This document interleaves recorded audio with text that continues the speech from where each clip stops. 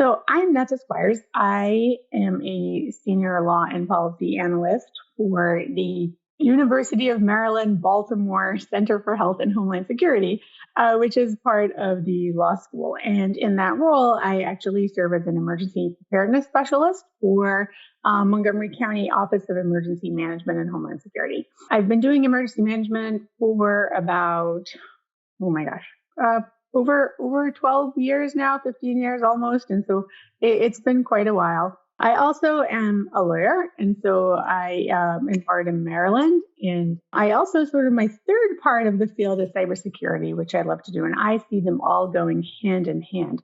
And so really, truly, though, my passion, no matter what I've done so far, has been emergency management. And I see how everything pertains back to emergency management, right?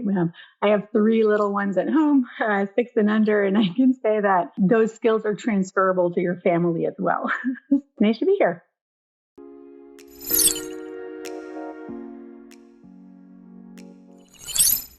Sure. So you're taking me back here. I started as in emergency management as a volunteer. So first of all, as a first responder, volunteer EMT, and then I helped MADA, it's the equivalent of the Israeli first responder teams, to help shape policy there. So I kind of got not just the first responder portion of it, but also the policy side of it. I then volunteered with the American Red Cross and CERT. And so then I moved on to taking all of those elements that I learned into the field and anything I was doing at work. So for example, I had a business. So I started doing business continuity, right? Supply chain resiliency. I later worked in a nonprofit. So I brought the EM culture into the place I was working in and began to actually doing continuity of operations planning for the organization, employee preparedness planning, trainings, exercises. And they finally actually made me the official emergency management coordinator. So I weaved emergency management principles into whatever I was doing. And then, I wanted to integrate emergency management into law. So when I got offered the job in the law school under the Center for Health and Homeland Security, I was over the moon.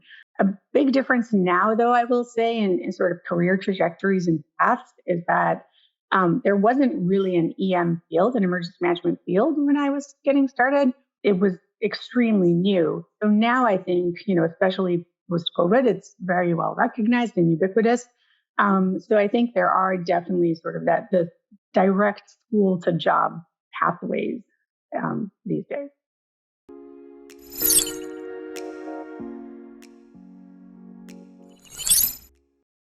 Yeah, that's a great question. I think you just feel it, right? It makes you happy. It's not that I'm happy that there are disasters, but it is very empowering and fulfilling to know that I can do something about them, right? I can, that the skills that I've developed and the knowledge that I've acquired and that the kind of work I can do can help save lives and improve the quality of lives and keep people safe.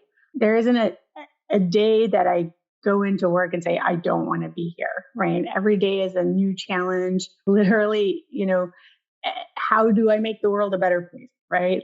Or at least a little portion of the world that I can help. The other part is, though, that I really love the diversity in my job in terms of the versatility. There isn't just one project or one thing. And so the skills are transferable. So, public health or cybersecurity or food security, business continuity, right?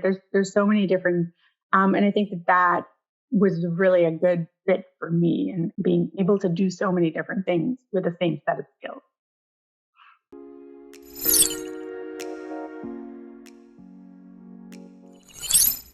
I do a lot of planning, right? So I'm on the planning division for the county level, but also a planner for the national capital region. And so I do a lot of writing of emergency plans, but I also make sure that they comply with the latest local, state, and federal and industry regulations, right? Any policies, any best practices. Some of my main responsibilities are also including to identify gaps, right? We don't have a plan for everything, or sometimes even if we have a plan, it doesn't mean we have all the resources. So identifying those gaps is really important. And then finding ways to either close the gaps, or alternatively, to be prepared for them because we know that we have a gap, right? Another really important thing is collaborating with partners. So bringing partners together, helping them work together, like the departments within the county or federal, state, local partners, right? Or your critical infrastructure partners, but then also operationalizing the plans, right? So planning is all good, but you have to make sure that they actually work in practice. And then obviously training. We do a lot of training. We do a lot of exercises, tabletop exercise, functional exercise, full scale exercises. And then I will say that, another big part of what I do personally is also in terms of responsibilities is policy and legislative work. So really seeing how we can shape emergency management as a field at the local level or broader through policy and legislation. And that is, sometimes helps to make things long lasting.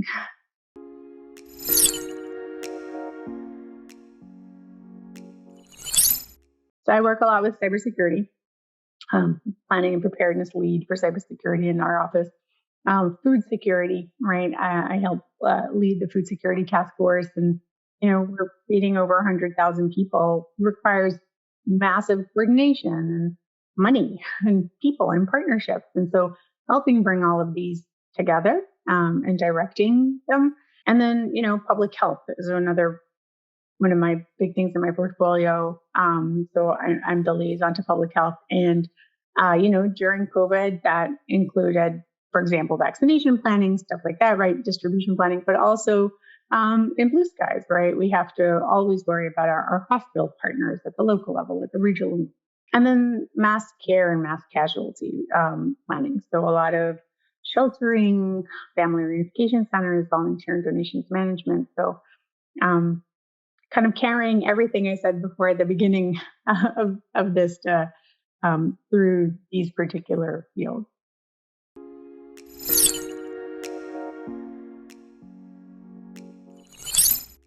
Yeah, so I think, this is definitely based on where kind of the steps and the levels that you're at, right? What decision making. Obviously, my level of decision making now is very different than when I was beginning my career. But kind of broadly, I, for example, get to decide which emergency plan we ultimately end up going with, right? If there are 5 paths to get there, you got to pick one to nail it down. Of course, you can revise as you go, but sometimes you have to make decisions. You end up choosing whichever plan you think is the best, right? Whichever approach, response or recovery. With the food security task force, for example, I help make decisions on where to direct funding, right? What programs we should fund and at what levels. Who do we have to say no to? That's really hard sometimes, right? From other decisions is helping to shape policy, right? And so policy is a decision, right? Deciding that employees must complete training once a month, for example, right? And so it's a policy decision, but these things have really got to get done. Or where do we draw the line on who's eligible for specific resources and stuff like that? And then also just kind of really generally deciding how to triage and prioritize projects, because as the name suggests, emergency management revolves around emergencies. And so everybody always thinks everything is a priority, which it is. But kind of knowing how to analyze threat levels and making sure that we base our priorities on that and making those decisions is really important to do.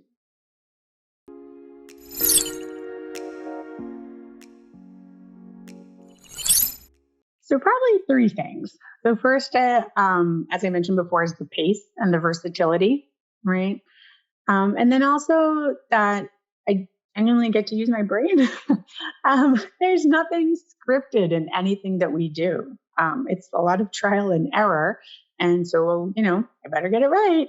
And so you really have to think hard about what you're doing and give it your best. And then third, and, obviously most importantly, I think, is I really believe that what we do helps people. You write a plan or training or exercise for a local church or school teachers, a run, hide, fight program in case of an active assailant, that can save lives, right?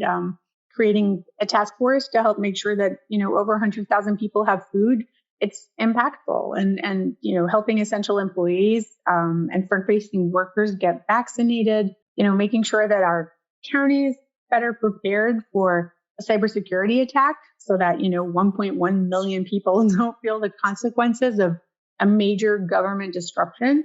It's motivating. And, or even at the regional level, right? Working on special events planning and threat hazard risk identification assessments, catastrophic supply chain resiliency planning, right? And we have over 7 million people in our region. And so knowing that we can make an impact to make sure that they are safer is very important to me. And, genuinely love everything about my job.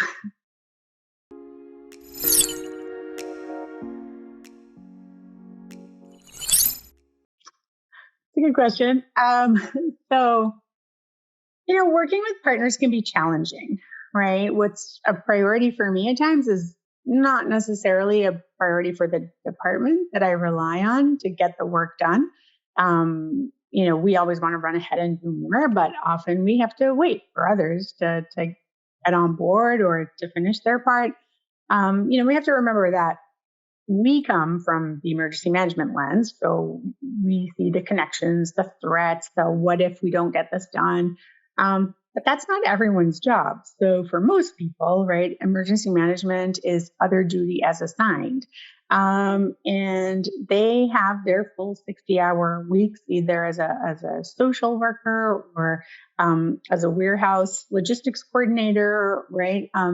So our timeline for dealing with the issue can be very different. And sometimes that can be challenging. But I think that actually COVID really helped in that regard. That's kind of the silver lining, right? People have a much stronger appreciation for continuity of operations planning, for example, right? Or emergency preparedness in general. One of the biggest things is always resources. In the county I work for, luckily, we're very well resourced, but that's not always the case in emergency management. And even in the best resource counties, it's hard to invest in a what if scenario, right? Getting investments. Again, I think COVID helped, but I think that's definitely always a big challenge.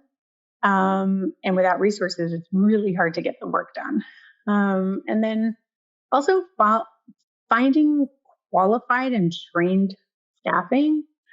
So it's actually remarkably hard to find people with real emergency management experience. It's a learning curve for some people, right? And that's fine. It just means that when you onboard people, it often takes a lot longer to get them until they hit the ground running. And then lately, I think one of the biggest problems we're dealing with is an overburdened workforce, a lot of burnout.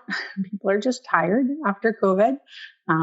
These past 20 months have been a marathon, and there's no real light at the end of the tunnel yet. This event has been a prolonged mass casualty incident, and that comes with its own challenges, right? We're thankful for those we could save, but are constantly reminded of all those we couldn't. And, there are no more hours in the day to do more work than we're already doing. And so it's hard to feel that you can't do more to save more people, right? So that can be very challenging sometimes.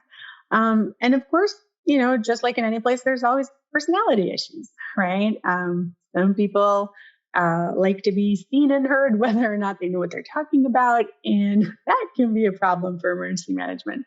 But honestly, not to sound too corny, but I think that's really awesome thing about emergency management is that part of the point is to deal with problems, right? So we just learn and we get around everything at the end of the day.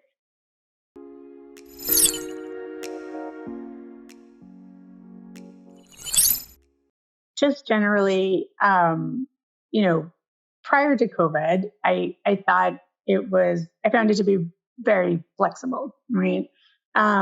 So in planning specifically, we're kind of future thinking, right? So there's less immediacy, which allowed for more flexibility.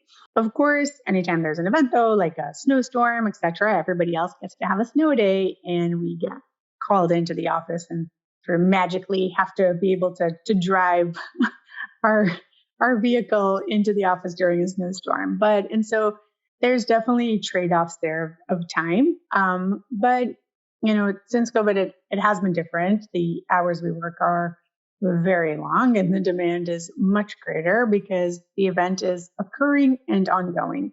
There is constant immediacy and constant necessity, but that's the nature of emergency management, right? And I think for the key in any job is to learn to find a balance, right? So you don't do anyone good if yourself or your family or your employer if you're burnt out. So, making sure to set boundaries and stick to them yourself is important in this job as in any other job. Admittedly, that's easier said than done, but certainly, I think it's possible to have a 9 to 5 job in emergency management, but it's also really important to build in that flexibility with your family. But like I said, I have 3 little ones, and we make it work. I feel like it is a job you can balance with family and with school and everything.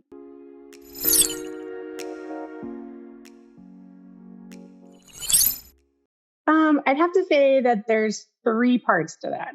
So first of all, it's the credential portion, right? So just simply having a bachelor's degree, a master's degree, a JD was just, it gave me the possibility to be a candidate even, right? So today having a bachelor's is a requirement in almost every job. And in my office, for example, you have to actually have a graduate degree. So just holding the credential itself opens doors and give you the possibility to apply. But then also having the certificate in the topic that you want to do, right? So in specific topics like emergency management, like cybersecurity, anything in public safety gives the employer more faith in you, right? So it gives you kind of a leg up in your hiring process. And then the second thing I think it did was it gave me the basic subject matter expertise that I needed to really understand the field that I was getting into. And then it was also necessary subject matter expertise on my job, right, to actually do it. So it allowed me to know what I was getting into better, but also to do what I was doing better. And so, for example, in law, right, I realized that I wasn't really interested in litigation. For me, it was about the legislation, the policy, the advocacy skills. That's what I really enjoyed in it. And in emergency management, I, for example, learned that I really wanted to do planning. I love the field. And, from a content perspective, for example, I can tell you that from an emergency management perspective, everything goes back to the basics that I was indoctrinated, and I say that in the best way possible, back in my emergency management undergrad, right? So the emergency management cycle, mitigation, preparedness, response, recovery, the planning P, the NIMS, National Incident Management System, and so on. So having those basic tools in my toolbox and building blocks really enabled me to do a better job. And then third is that it really helped me develop critical core skills, right? So not just the content, but it taught me to think, right? It taught me, going to school taught me how to constantly improve my research and writing skills. People think that academic writing is just for school. And I often hear, well, why do I have to learn this? I'm never going to use it later on in my life. You have no idea. You are going to use reading, writing, and research forever in your life, in your professional career. And it's really, really, really useful. It's knowing how to write clearly, to cite correctly, right? That makes a world of difference in the real world. I wouldn't be able to do my job as a planner if I didn't know how to write concisely and be able to cite sources correctly. So for me, it felt really in tandem. I couldn't, help feeling that the more I did as a practitioner, the more I wanted to learn. And the more I got exposed to things, I actually learned how much I didn't know about them. Had to learn more, right? And the more I learned, the more eager I was to find out more. So, my dream has always been, how Neo in the Matrix, Keanu Reeves, right? They get like plugged in and he learns how to do martial arts and he learns to speak every language. That would be amazing. But in the meantime, I think investing in education and going to school is a great alternative.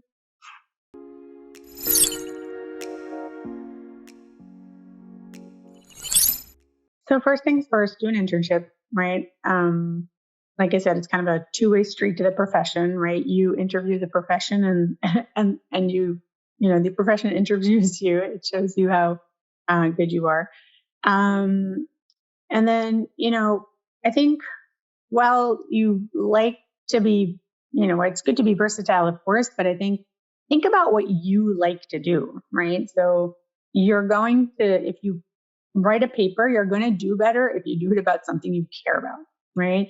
Do it about something that interests you. Otherwise, it, can be very boring. And so if you're good at something, you're going to do it better. So for example, maybe you're more of an ops person, a logistics person, right? Maybe you like operations a lot more, being in the field. Or maybe you're more of a planning person, right? So try both and find out. It can, have different skills. Preferably everybody has all the skills, but in reality, that's not the case. People are different at different things, right? Do you have more interest in flooding and in or fire hazard mitigation, or do you have interest in cybersecurity, right? So find the different niches of work. The beauty about emergency management is that it encompasses everything. So you can be interested in anything and then sort of find how it pertains and relates to the field. But those are really good things to kind of come in with some idea of at the beginning so that you can invest your time wisely in the things that you have more of a likelihood to be better at if you do. But try new things as well, right? Get industry certifications. They will help. So anything you can complete before that interview, anything that you can put on your resume is helpful, not only for the resume, but frankly for your knowledge, right? And so making sure that you can be more prepared for the job itself. Stay connected with your professors and your peers. I can't tell you how valuable that is. References are key, and especially in this field and this sort of small, also small field, but also very small region, even though it's considered big, but in reality, everybody knows everyone, right? So staying in touch. I got my job teaching here at FCC thanks to reaching out several years later to one of my professors, and he was kind enough to help me get through the door. And I think that's really that's key, right? Showing your professors how you've developed in the field, how you've advanced and building on those relationships, and also with your peers. You never know who's gonna get the next great job that you can also get on board or on that ship with.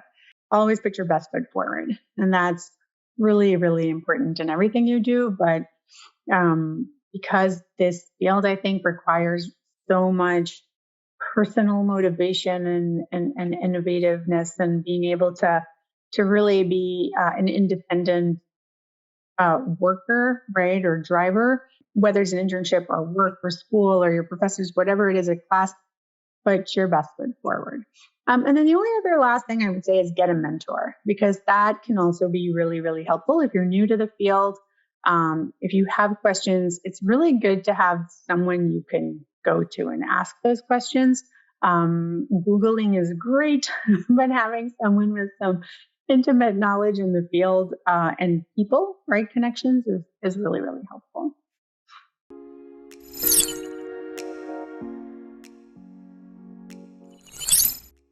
I just want to reiterate that, what a thrilling and exciting field this is. And how it needs new people, new thinkers, new skills, right? Now more than ever. So, I hope this helped you think a little bit about some of the options and ways to get into the field. And I invite anyone with questions to feel free to reach out to me. And I wish you the best of luck on whatever path you take. I just hope you enjoy it.